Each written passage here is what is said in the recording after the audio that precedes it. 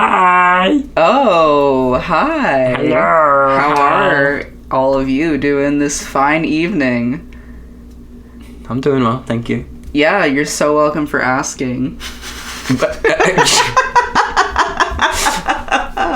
I'm so sorry, everybody. I'm very tired. And, yeah. It's the Moonflower Show. Hi. Yeah, I'm welcome. Colin. This is Winter. Yeah. You probably knew that.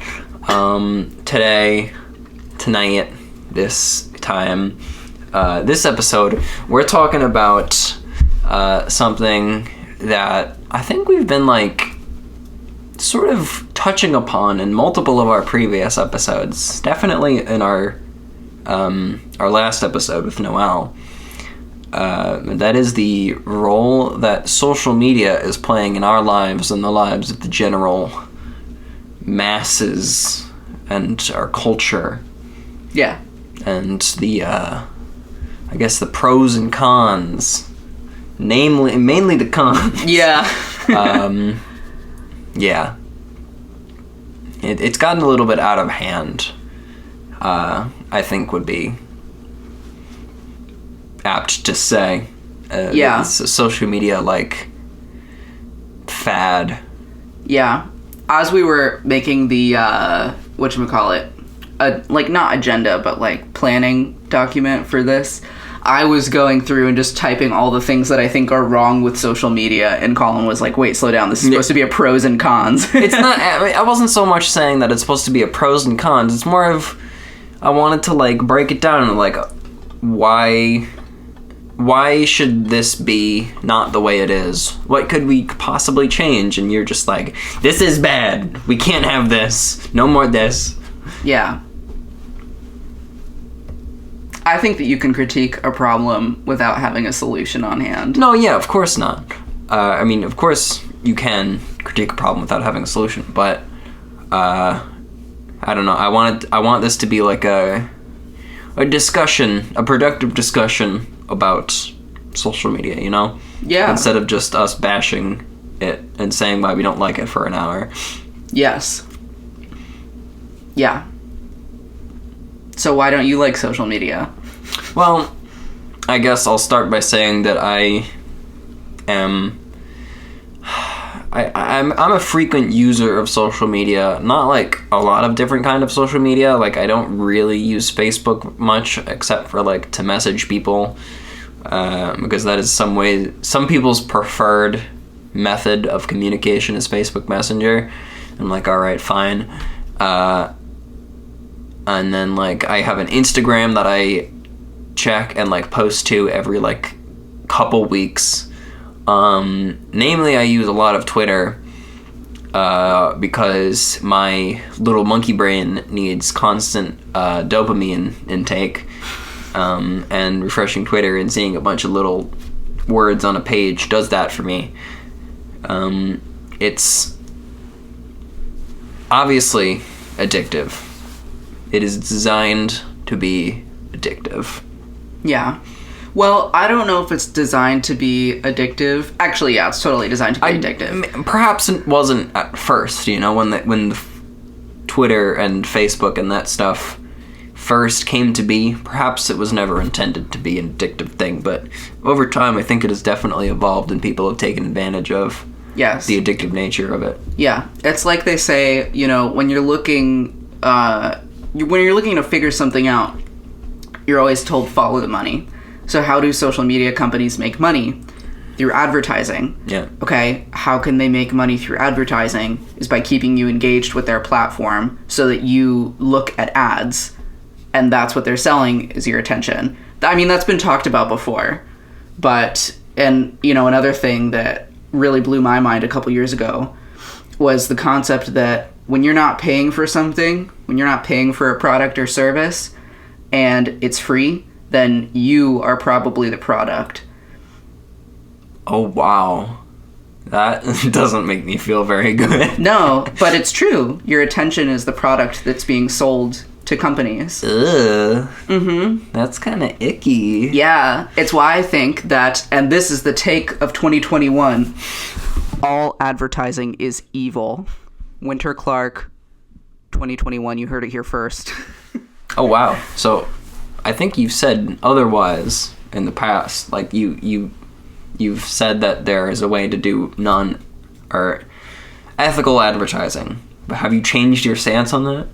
I don't know. Sometimes I just say words and then maybe I'll take it back later. I don't know. I think I'm allowed to do that. But here's the thing. I am skeptical of all advertising. Yeah. I am skeptical of all advertising. Actually, yeah, I'm taking that back. I don't think that all advertising is evil. It took you about 12 seconds. I take it back. Winter Clark, 2021. Yeah, no. Well, okay, here's the thing. I think that all advertising should be regarded with suspect because anytime somebody is trying to convince you to buy something, right? And maybe this doesn't apply to like ads for the fucking, you know, I just saw an ad on YouTube for like being nicer to like raccoons and stuff because they don't have rabies. Yeah, I don't know if there's like a problem in Pennsylvania with people being mean to raccoons. There was a whole campaign. Anyway, maybe this doesn't apply to that kind of advertising where it's like promoting like a social message or something. But if somebody needs to tell you to buy something and you would not have otherwise thought about buying it, thought about wanting it, etc., then you probably do not need or want that thing. What advertising does is it creates a demand for something that isn't actually necessary a lot of the time. Right. So for example, let's say that you are advertised a desk. And you already have a desk that you're totally happy with. But then you see this ad for a desk and you're like, oh man, that's so cool, I want that. Right. It is creating a deficit in your life that you now need to fill by, guess what? Buying their desk. Yeah. I think that commerce should fulfill genuine needs, like feeding people or like, I don't know, like housing people, you know? Like those aren't invented desires. Those are real things that people need. And also I think that you have people who might like specifically want something. Like, for example, like maybe you would need like a nightstand that's like unusually narrow to like go next to your bed. Right. And you're like, gosh, where can I find a nightstand that's like unusually narrow? I think that instead of advertising, what we need is a way for people to organically generate what they want, to be like, I need this specific thing, and then somehow find that specific thing that they need. Maybe ideally, like in an ideal world, by going to like a craftsman or something and being like, here's the specs for what I need, can you make this? You know? I think that instead of advertising, we should have quote unquote consumers who are defining for themselves what they need and want, and then going to like producers, right, to companies and saying, this is what I need, this is what I want. Right. That's a good point. So that is, I mean, that's some takes on advertising and why that can be unethical. So this relates to social media because social media makes money through advertising. Right, and I think it's super unethical. Well, okay. I think it is. I'm skeptical of advertising for the reasons that I just talked about. And so I'm skeptical of social media. I don't think that the ads on social media are the reason why it is harmful, though. No, certainly not. But I do think that some factors there are related. I think social media in itself is similar to ads in that there was never a need for it before it was created. You know? Like, it filled... It didn't fill any sort of, like... Well, I mean, I guess it filled the gap of, like, wondering what your distant friends were up to, you know? Yeah. But, on the other hand, you don't really need to know that at any given microsecond of the day. No, and if you're thinking about your friend and you want to know what they're doing... I think texting is a good thing. I think emailing is, like, an awesome thing, you know? Or even phone calls. Yeah. Like, why not call them? Or, like, send them a letter or something and be like, hey, I was thinking about you. How are you? Yeah. You know? Instead of, like, vicariously... Well, not vicariously, but instead of, like, observing as, like, this passive party, the highlight reel of their life. Yeah, what I think my least favorite thing about social media has to be like the performative nature of it. Like, Yeah. you want to create like a page or like a profile that depicts your life like in a certain way. Usually it's like, I want my life to look as glamorous and as happy and fun as possible. Yeah. When, I don't know, it's like you're selling, or you're presenting an image of yourself that's like not really super authentic. But this version of you is reaching way more eyes and ears than the real version of you probably ever will in your life. And that's kind of whack, you know? Yeah. It's like we're creating fake people, like fake personas, and putting them out into the world. Yeah. I'm super guilty of that.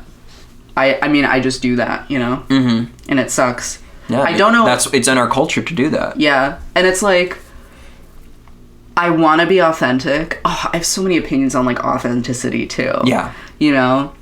But I don't think it's unreasonable to put a filter on yourself in certain situations. Of course. Like, I think that part of the problem with social media too is that like, it's this weird, like, how do I describe this? It's this weird duality of oversharing and only giving the highlight reel. Yes. Right?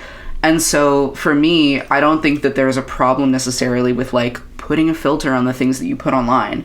I'm certainly, like, just for me, like, I'm not gonna document my like mental health journey online because that's nobody's business.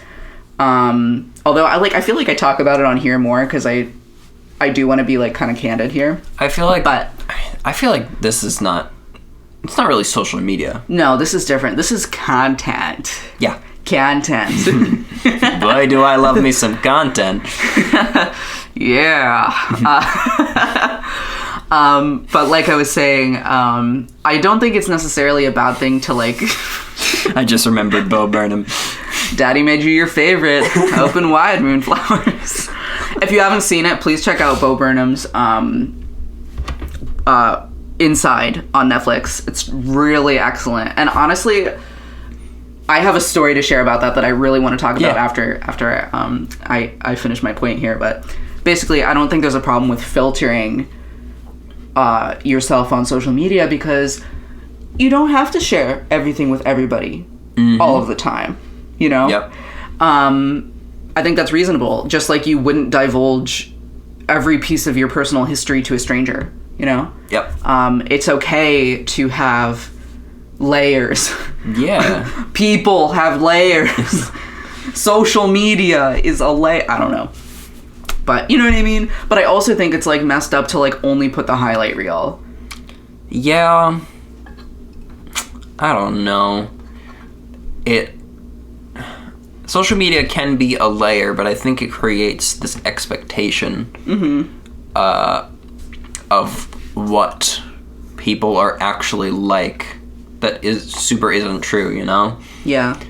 I think, especially for a lot of people that are growing up surrounded by social media, it is creating the impression in them that these are, you know, people's real personalities and people are actually this shallow. Yeah.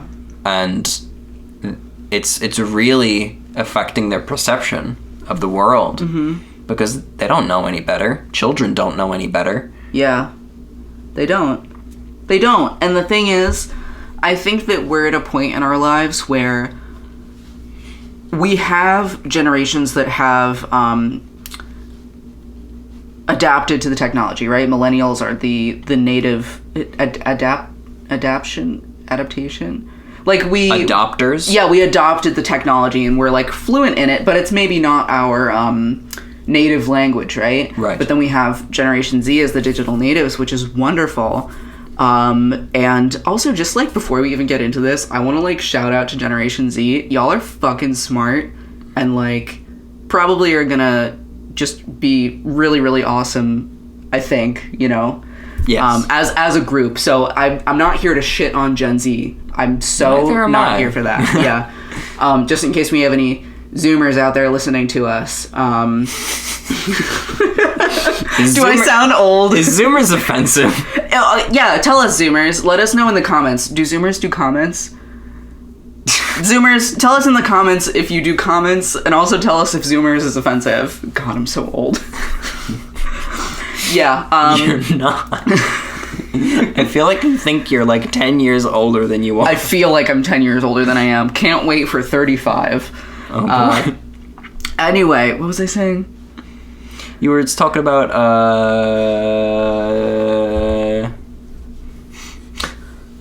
Anyway. Yeah, we were talking about... Oh, Zoomers are the digital natives, right? That's right. And I think that millennials have had to figure out certain things. We have had to figure out how to use the technology. We've had to figure out digital etiquette.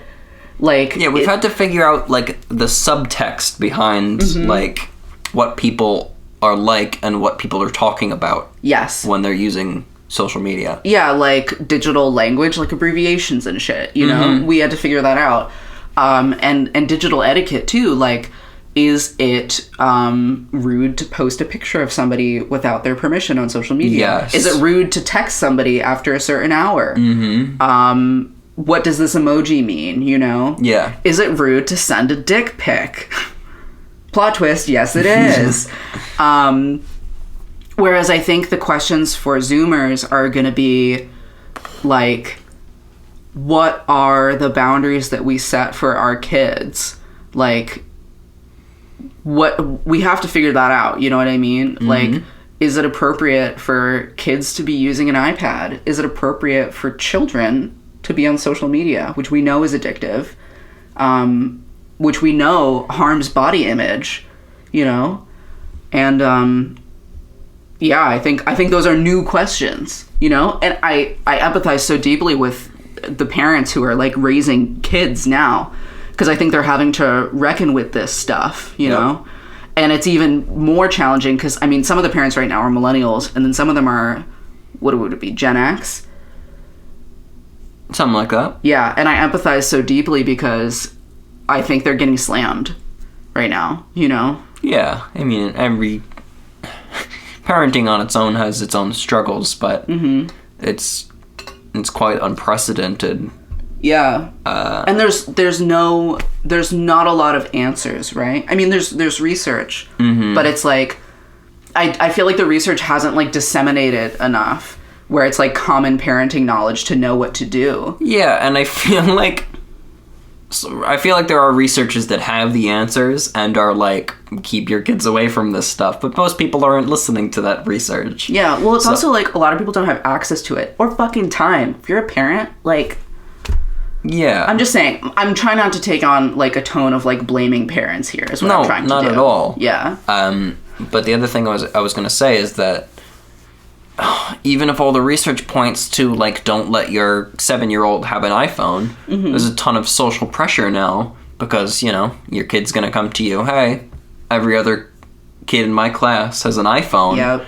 I don't want to be the only one without an iPhone because then I'm going to get bullied. Yeah. And it's like that it's becoming a part of our culture because people are having to, like, adapt to what everyone else is doing. Yeah. Well, it's tough. I mean, I have a couple things to share here. First, so I was one of the later kids to get a flip phone. I was born in 96. Smartphones really became a thing when I was in high school, which I think is an appropriate age for a smartphone, to be completely real. Yeah. And I did not get a flip phone. I talk about this as if it was like so long without it, right? But looking back, I'm super grateful. I didn't get a flip phone until I was in 8th grade. And that was, like, late, right? Like, a lot of my other friends, like, had phones starting in, like, 7th, 6th, or even, like, 5th grade. Yeah. And they could text. And I was, like, getting left out of, like, social stuff because, like, people were texting to make plans and they couldn't text me, you know? Yeah. And they're like, I'm not calling your house, you know? I mean, well, sometimes they did, but it was like a huge deal. It was like a huge deal for me to not have a phone, and I really felt left out of a lot of stuff. And now, looking back, I'm like, it's probably a good thing that I didn't have a phone. Like, you know? Mm-hmm. Like, I'm grateful for the years that I spent without that. Right. And I remember, like, my parents, like, you know, telling me I couldn't have one. And the reasoning just didn't make sense. Like, imagine trying to, like, explain to your, like, child, like, why they can't have a smartphone, you know? That's really the problem, is that you're not going to be able to explain long-term harmful effects to a child who just wants to, like, enjoy this, like, super interesting phenomenon. Yeah. And this, like, you know, this technology that's, like, everywhere around them. Mm-hmm. And that everybody is talking about. Yeah. And, it was actually during Bo Burnham's special when I was watching it. If you've seen it, you know what I'm talking about. Welcome to the Internet. When I was listening to that song, I was with Colin. We were kind of in the same room doing our separate things, but I paused it. I looked at Colin and I was like, I have something to share with you. And you were like, what? And I was like, if we ever have kids, I don't want to give them any screens. Like, maybe TV when they're, like, a toddler or something, maybe a little TV, but I don't want them looking at an iPad, smartphone, computer, whatever. I want to keep them away from that. You know, if that means that I can only check my phone for, like, an hour each night, then so be it, but I don't want my kid looking at an iPad. And I was like, do you understand my reasoning for that? And you were like, yeah. I said, I think my response was, good luck with that. Yeah. Yeah, I know. It's only going to be more and more difficult to keep that sort of stuff out of your life. Mm-hmm. It definitely is, but we are diving deeper and deeper into the digital age. I know. And I think that there's so much good that comes with technology. Mm-hmm. There's so much good that comes with technology, but we have to, like, especially with children, we need something to, like, help us use it responsibly. I can almost imagine, like, a DARE program. Yeah. But for technology, right? Because if we know it's addictive and we know we need to use it responsibly, right? I mean, just like alcohol, that's a legal drug. Yeah. But it has serious ramifications if you use it as a child or even as a young adult, you know? Yep. Not that it's exactly the same thing, because I do think young adults can benefit from, like, smartphones and stuff. But yeah, I really could see us moving in that direction, you know? Yeah. The thing about that is, like, I think it's gonna take people a long time. It's gonna take until people are, like, getting older and experiencing the long-term effects of it. Yeah. For people to realize, like, oh, this is harmful. Yeah. Yeah, and I mean, I think, especially, like, with Gen Z, that's the first generation that's growing up, like, with it. So we don't even know what they're gonna feel when they are 50, 60 years old, you know? We don't know. We don't even, like, know how their brains work now. Nope. Which is, I mean, that's not an entirely bad thing. No. They are their own generation, their own thinkers. And the thing is, they're fucking smart. They're really smart. Yeah, and, like, I don't think that that's entirely separate from the fact that they have access to all this technology. Mm-hmm. But I do find myself, I mean, like, I think the kids are all right. I was having this conversation with one of my dear friends recently, and I was, like, worried. I was, like, worried for the Zoomers, you know? I'm like, what's going to happen to their mental health? Like, are they going to be okay? And he was like, the kids are all right, yeah. You know? But I still worry. I worry about, like, what does it mean to grow up with this technology from such a young age? And, like, I don't mean that to put Zoomers down, you know what I mean? Like,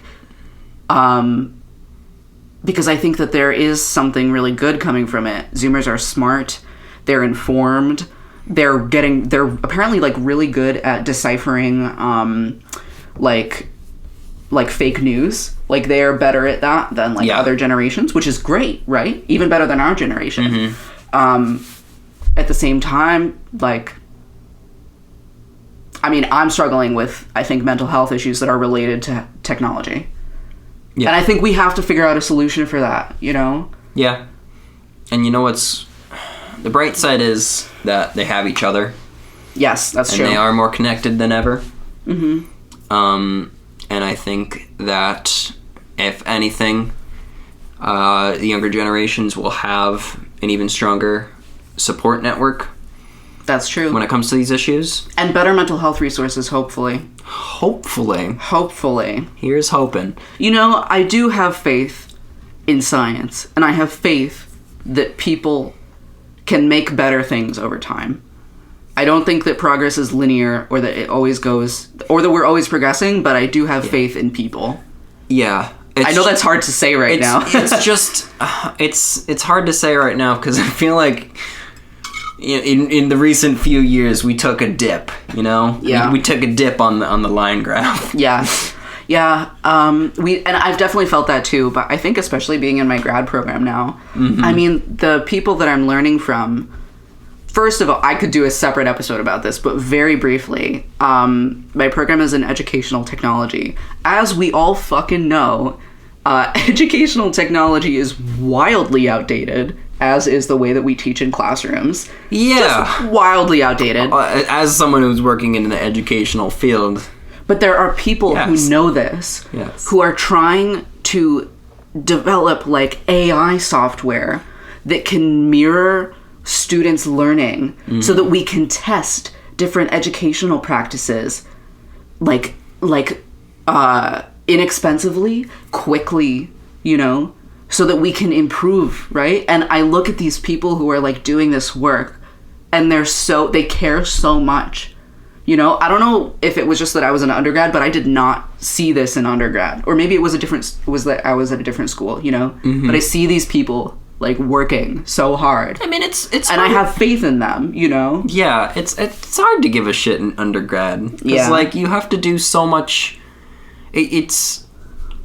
Undergrad, especially for, like, the first, like, 2 years, it does kind of feel like high school 2.0 with with a little more freedom, because you're still being told to take all these classes and learn all this material that you really don't care about. Yeah. But I feel like once you hit grad school, you probably get, you know, more specialized. You're able to do more nuanced work on the things that you really care about. Yeah, and I feel like you get to see more of your instructor's nuanced work too. Yeah. And you're more interested in it because it's specialized. And get connected with your peers that care about the same things that you do. Yes. Which is cool. Yeah, it really is amazing, but that was a little bit of a tangent. Yeah. But the point being, I have faith that we'll have better resources, that it's possible, you know? Yeah. Mm-hmm. You know? I feel like being in, like, this grad program has, like, restored my faith in humanity a little bit. That's good. Yeah. Could always use a little more faith in humanity. I wanted to, like, try to break down the reasons we think, like, the reasons I want to see if we can figure out how we got here, you know? Yeah. In terms of social media being such a big part of our lives and culture. And I think we briefly touched upon a point that I want to talk about more last episode when we were talking with Noelle. Mm-hmm. Social media, I said before in this episode that it didn't fill a gap in people's lives that was, like, a necessary need that people were suffering. It kind of actually does fill a gap, but it does, like, it's like putting a piece of tape over a cut instead of a Band-Aid, you know? It does a shitty job of it.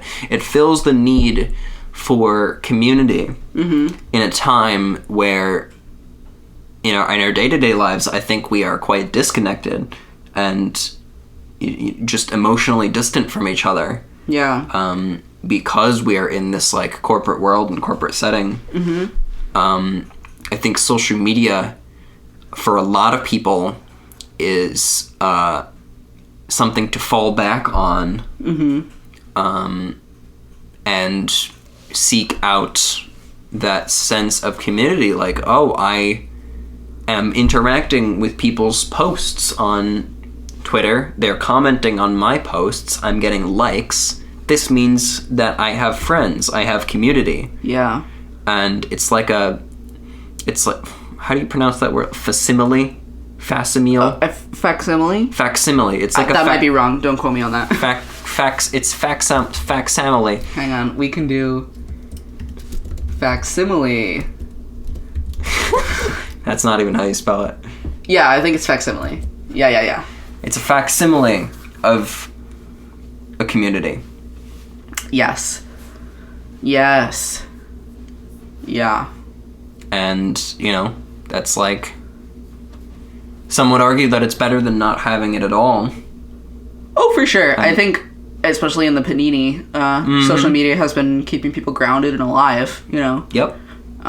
For sure. I don't discredit that. Yeah, but that makes it all the more difficult to move away from. Honestly, for me, one of the things that I really didn't like about this pandemic is I don't like social media. Yeah. I really fucking hate it. I don't even like it that much either, yet I find myself using it every day. Same. But I also found that people who wouldn't normally reach out to me or try to contact me were now wanting to engage with me virtually. And I'm I am not available. Just as I would politely turn down your invitation before the Panini, I'm not available. I hate FaceTime. I hate it. Okay. Yeah, FaceTime kind of sucks. It's so exhausting. And I feel older generations seem to prefer FaceTime. Not maybe boomers do, I think, actually. At least my parents are boomers, and they wanted to FaceTime with me a lot, and I did a couple times, because it was the quarantine and all that. But I hate FaceTime. I so much prefer a phone call. Yeah, and I think that people value seeing their loved ones' faces. Yeah, and I get that, but I don't find an additional value in seeing somebody's face when I could call them, Yeah, I don't know. I think it's definitely geared more towards older generations. Yeah, which is interesting because it's they tend not to text. And I feel for a long time preferred phone calls to texting. But now that it's even more advanced, right? I think it's, they're trying to get as close to possible as a face-to-face conversation. Is their goal. Right. Yeah, I guess for me, that's not my goal. Yeah, no, it's different values. Yeah. It's different generational values. Yeah, see, I am very protective of my time and energy. And to me, first of all, hanging out in person is a huge time commitment. If I'm hanging out with you in person, you are getting access to my time and my energy, You hear that? Yeah. Oh, yeah, Colin's hanging out with me. Yeah, we live together. He's pretty special. No, that's not what I was implying. What were you saying? I was just implying if you've hung out with Winter in person, you're on the VIP list. Yeah, well, it just means that I care enough to bring you into my space, Mm-hmm. But other than that, it's just because I can more easily be accessed through FaceTime doesn't mean that I'm willing. You get to access me. Right, yeah. That was very weird to me. And people wanting to text and call and stuff. I'm I'm not available. Why? And there are days when I hate being connected through my phone. Yeah. When I hate it. When I want to be alone. Oh, yeah. And even in my room alone, I'm not because I have my phone. Sometimes I put my phone down for hours when I'm just doing something else. And it's if somebody texts me, they can wait. Right. Yeah, and the problem with that is what about an emergency, Yeah, but at the same time, I don't think that there's an emergency that, barring some circumstances, there's not too many situations in which somebody so far away from me would need my immediate attention. That's true.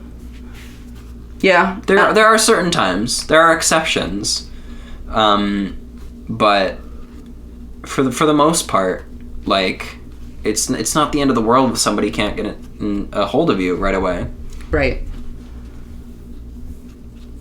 Yeah, that's true. And I guess I could, put my phone down, etc. Mm-hmm. But sometimes the thing is, I don't want to be able to pick it back up. I don't know, man. Sometimes I just want my close friends to just, like, send me mail by courier pigeon. Like, if you care that much, like, I'm so exhausted by this little thing. I'm so exhausted by all the emails and the text messages. I feel like I'm a lot more ready to, like, go off grid than Colin is. Yeah. I mean, I use social media. The main thing that I want to get out of it is interactions with the people that I actually care about.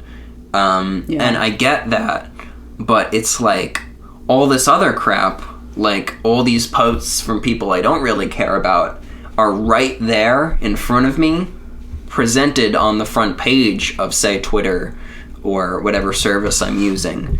And it's so hard not to just... my attention is just directed right towards that. Mm-hmm.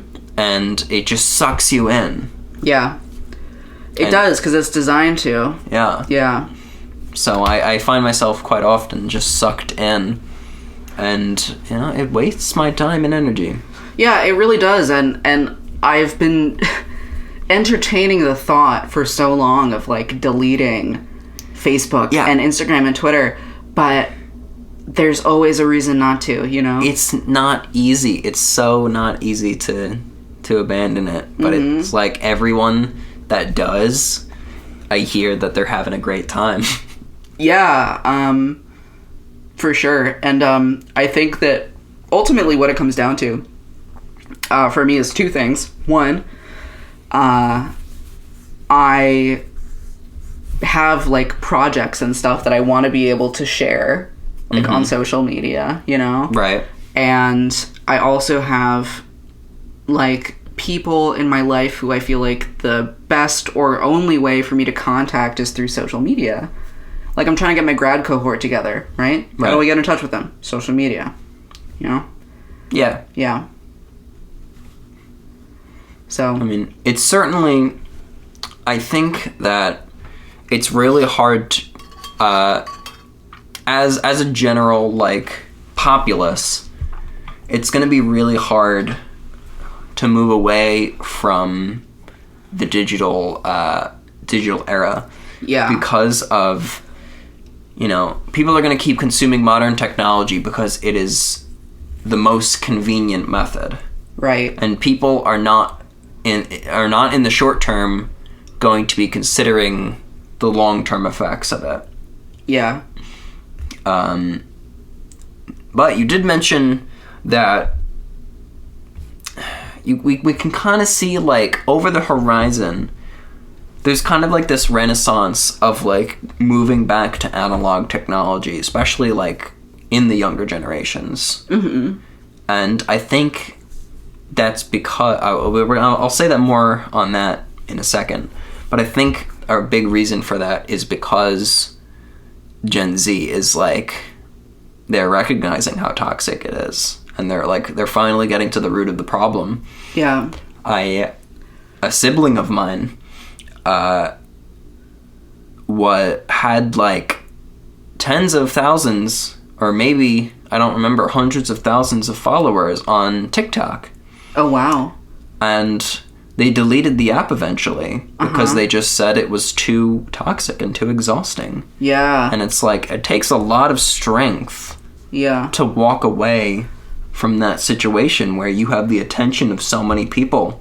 And, likely a lot of it is positive attention. Of course, you're going to get negative attention in there too. But it takes a lot of strength to just throw that away in search of protecting yourself from the toxicity. So I think we are seeing like this this analog renaissance on the horizon. Yeah. Yeah, like, and I don't even think that it has to be 100% analog. Like, to give you a couple of ideas of what I think of when we think analog. So Colin and I were just for fun, like, entertaining the idea of, like, getting rid of the Moonflower social media and, like, what that would look like to get the word out. Right, you know? yeah. And like, granted, yes, this is advertising, and I don't know how I feel about that, but we were talking about things like... It's something we're struggling with. Yeah, we're struggling We're battling with the idea of how Yeah. we want to advertise 'Cause and if we want to advertise. on the one hand, we're like wanting to have fun with this podcast and wanting to have people listen to it, you know?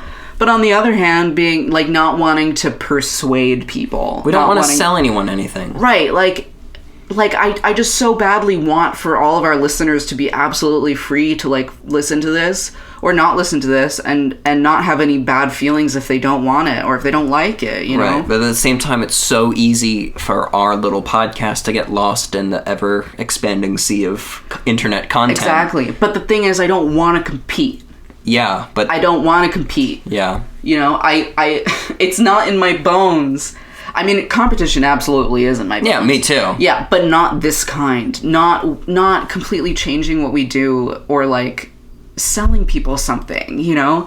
Not persuading people to engage with our art. I was describing this to my friend recently, and she was like, you know, wanting me to kind of dive in a little bit. And I was like, it basically comes down to two things.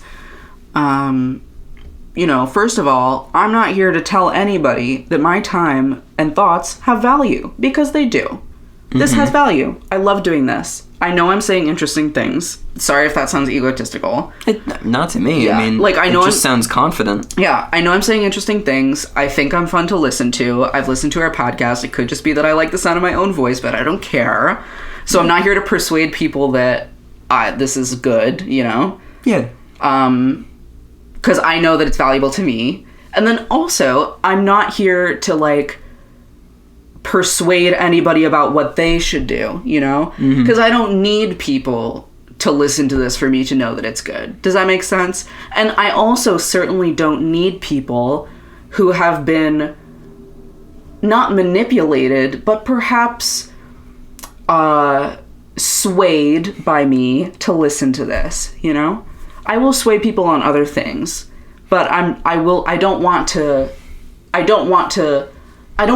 an influencer. I don't want to influence people about this stuff. If I'm going to be an influencer, I want to influence people to get vaccinated and be kind and like fucking like actual meaningful shit. If I'm going to like influence people, I don't want to influence to buy anything, because I think we should be buying less stuff.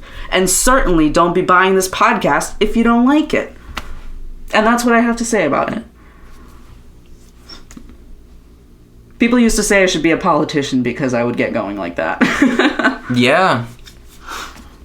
That was a very... I like when you get all impassioned like that. Oh, thank you. You always say good stuff. It's like politicians, they get impassioned, but they just say garbage, you know? Yeah. You say not garbage.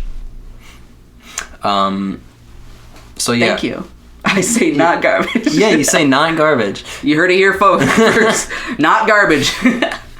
What were you... I'm so sorry. No, I got going and please. I forgot what we were talking about. We were talking about ways we could perhaps move back to a sort of analog method of advertising. Yeah, I totally got off the rails there. But Colin and I were talking about maybe like printing out flyers and putting them on like community bulletin boards. I don't hate that idea at all. I know, it sounds very good. Mm-hmm. Like, I want somebody to like read like a little flyer about us while they're waiting for coffee or something, you know? It's a very appealing idea. Yeah. And it really enforces a return, or not enforces, it reinforces a return to a more localized sense of community, as opposed to this attempt to like connect all of us globally all the time, you know? Yeah. It makes a lot of sense, and it was the way of life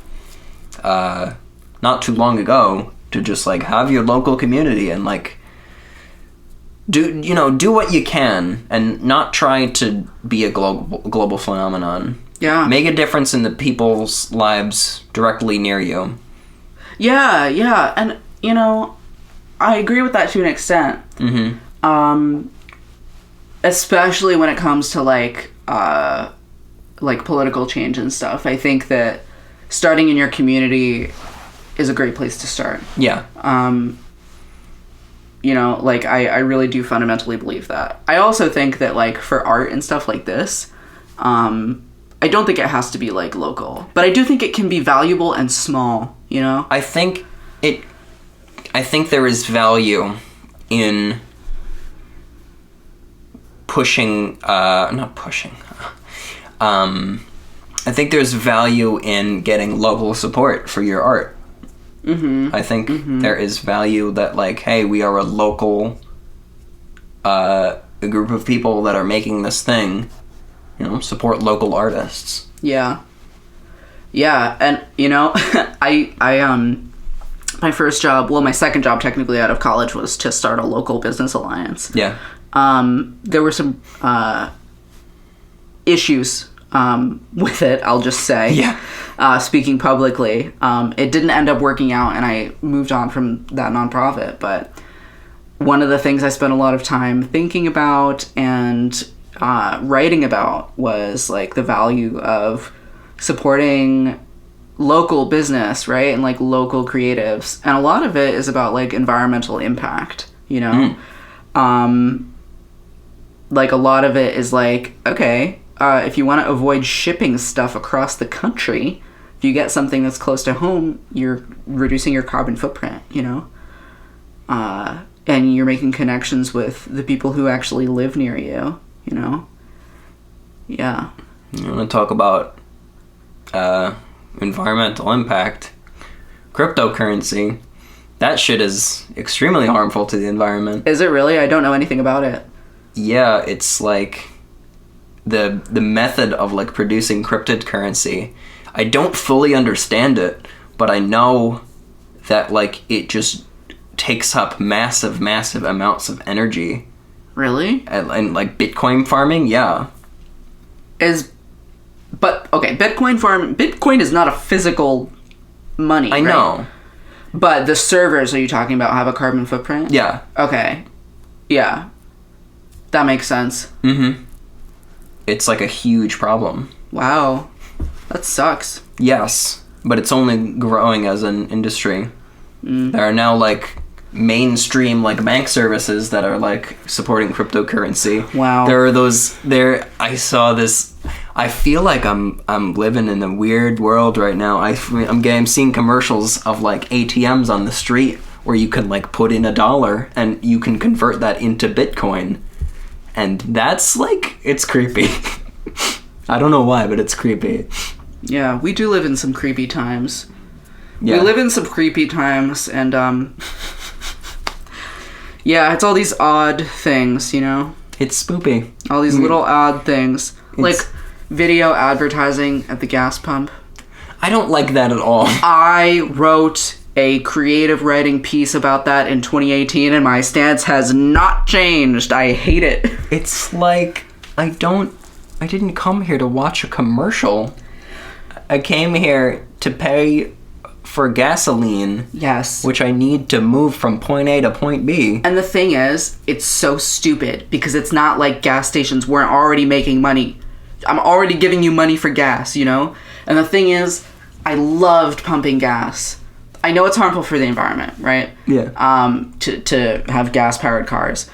But there was something really special about driving and then pulling up to a gas station and pumping gas into your car. And I think it was because you're not supposed to be looking at your phone. Mm-hmm. You're supposed to be paying attention to what you're doing. There's like a solitude about it. You're by yourself, right? Mm-hmm. And especially if you're like on a long drive, it's a chance to like step out into the fresh air, stretch your legs, get a moment of quiet. Yeah, absolutely. And look around at your surroundings. Yeah. It was one of the last places where you really had to be alone with your own thoughts. for that to be fucking interrupted is absolutely... By, like, somebody talking about Wendy's. Yeah. And it's like, and there's no escape. You're stuck there. Yes. It feels so invasive. It's garbage. It makes me angry. Like, I hate it. If I don't hate all advertising, I at least hate the freaking videos at the gas pump. I completely 100% agree. Absolute garbage. Garbage. Yeah. Do not sell to advertisers just because you have ad space. Something I've been wrestling with is, like, if and when we'll ever have, like, sponsors on this podcast. Yeah. Like, I'm inclined to be, like, I don't want to make any promises, but, like, I'm inclined to be, like, unless that sponsor is, like, really special, and unless I, like, really freaking believe in what they're selling, like, Yeah. no, you know? Because it's not like we're trying to make this, like, our main source of revenue, or Right. our main, like, income. No, I don't need it to be. I don't think it well, I mean, maybe, like, if it was, like, I don't think that would be bad, but, like... I don't know. I feel like... I almost feel like I wouldn't want it to be, you know? Because then it becomes a job. Yeah, And there's so much more pressure to, like, make it good.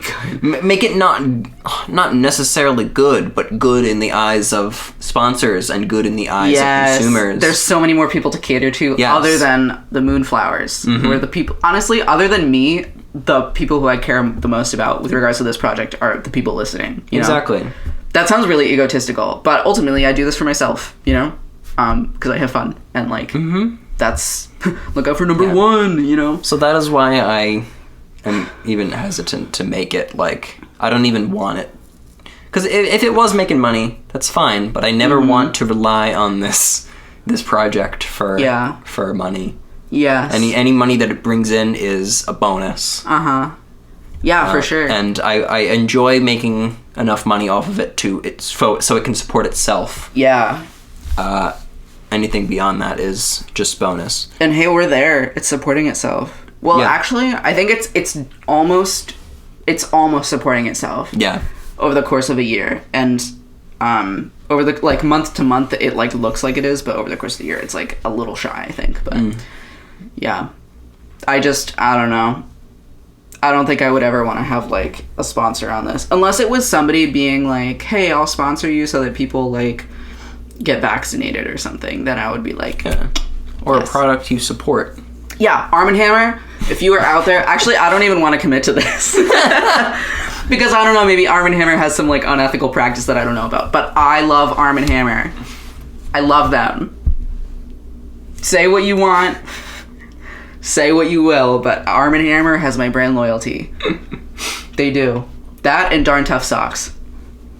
I feel like, you know how in Parks and Rec, Ron Swanson is like, I only endorse 2 products.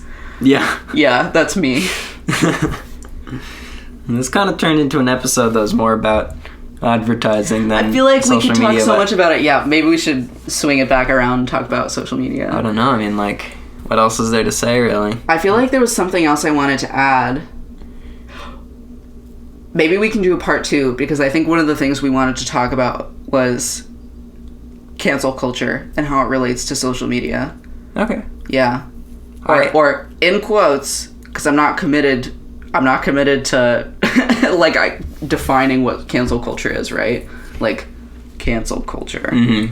That's a tricky topic right now, isn't it? It sure is. Yeah. But I'm pretty good to call this episode here. Are you? Because, I mean, I feel like we're at a natural stopping point. Yeah. But what about you? I feel like there's something I wanted to add, but it must not have been that important. Well, if you remember it, we can always talk about it next time. We can talk about it next time. I think we should definitely do a social media part 2, because I think there's a lot that we didn't hit. Okay. Yeah. I'm down. Yeah. Cool. Okay. Alrighty. Yeah, really cool. Yeah, super cool, bro. Yeah. Sure. Yeah. Okay. Absolutely. Let us know in the comments if you want to see a part 2. I hate it.